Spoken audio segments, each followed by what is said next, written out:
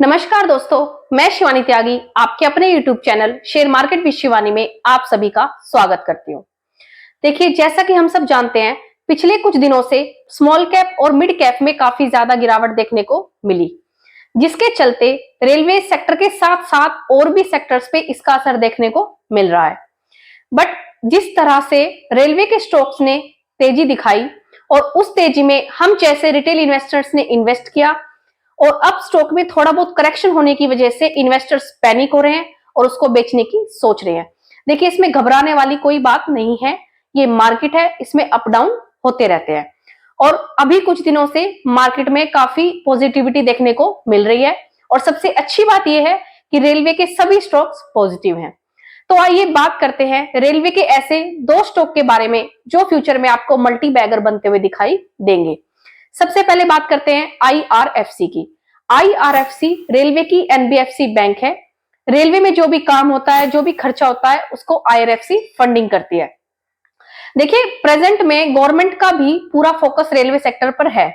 जैसे आने वाले कुछ सालों में वंदे भारत ट्रेनों की संख्या बढ़ाना और बुलेट ट्रेन चलाने का टारगेट भी है। और जो प्रेजेंट में अभी जो गवर्नमेंट है दोबारा वही आती है, तो ये स्टॉक्स बहुत जल्दी मल्टी बैगर बनते हुए दिखाई देंगे। अब बात कर लेते हैं इस कंपनी के फंडामेंटल्स की। देखिए, कंपनी के फंडामेंटल्स काफी अच्छे हैं। अगर हम मार्केट कैप की अगर हम बात करें, 1,84,201 करोड़, जी हाँ, मार्केट कैप जो है वो काफी बड़ी है। रिटर्न ऑन इक्विटी 12.51%, बिल्कुल अच्छा है। Price to earning ratio 30.51। Dividend भी कंपनी अच्छा पे कर रही है, 1.06%। डेप्ट टू इक्विटी 8.54%। देखिए, जनरली ये 1 से कम होना चाहिए, बट यहाँ पे काफी ज्यादा दिखाई दे रहा है।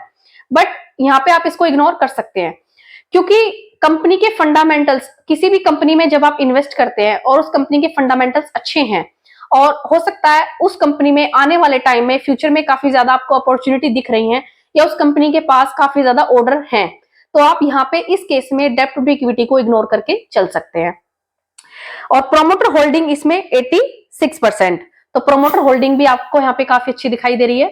तो अगर आपका 3 से 4 साल का व्यू है या फिर लॉन्ग टर्म इन्वेस्टमेंट का आप व्यू रखते हैं, तो आप यहाँ पे इन्वेस्टमेंट कर सकते हैं। लेकिन सबसे जरूरी बात, जब भी आप किसी कंपनी में इन्वेस्ट करते हैं, सबसे पहले आपको उस कंपनी के फंडामेंटल्स चेक जरूर करने चाहिए। उस कंपनी के बारे में आपको जो भी अच्छी बातें हैं या जो भी नेगेटिव पॉइंट्स है वो आपको जरूर उन पे ध्यान देना चाहिए। अगर कंपनी के फंडामेंटल्स अच्छे हैं तो उस कंपनी में इन्वेस्ट करने में कोई भी दिक्कत नहीं है। आइए अब बात करते हैं इसकी प्राइस की। इस कंपनी के शेयर का प्राइस आज 145 पर ट्रेड कर रहा है। एक महीने से इसमें 12% की गिरावट देखने को मिली। लेकिन हम अगर पिछले एक साल की अगर हम बात करें तो इसने 405% का प्रॉफिट भी दिया है। देखिए, ये शेयर पिछले एक साल में 400% भागा है। ये शेयर एक साल पहले 26 रुपए का था और आज 145 पर ट्रेड कर रहा है। तो अब आप इस कंपनी की ग्रोथ समझ सकते हैं। बट किसी भी अच्छे स्टॉक की गिरावट ही उसकी अच्छी पहचान होती है। तो इसीलिए जब ये शेयर पिछले एक साल में 400% भागा है, तो अगर अभी इस शेयर में थोड़ी बहुत करेक्शन आती है तो उसमें घबराने वाली या डरने वाली कोई भी बात नहीं है। मार्केट है, अप डाउन होते रहते हैं। आइए अब बात कर लेते हैं दूसरे शेयर, आयरकॉन इंटरनेशनल कंपनी के बारे में। ये कंपनी रेलवे के सभी प्रोजेक्ट्स को एग्जीक्यूट करती है, जैसे टनल, ब्रिज, इलेक्ट्रिफिकेशन, सिग्नल्स का काम ये करती है।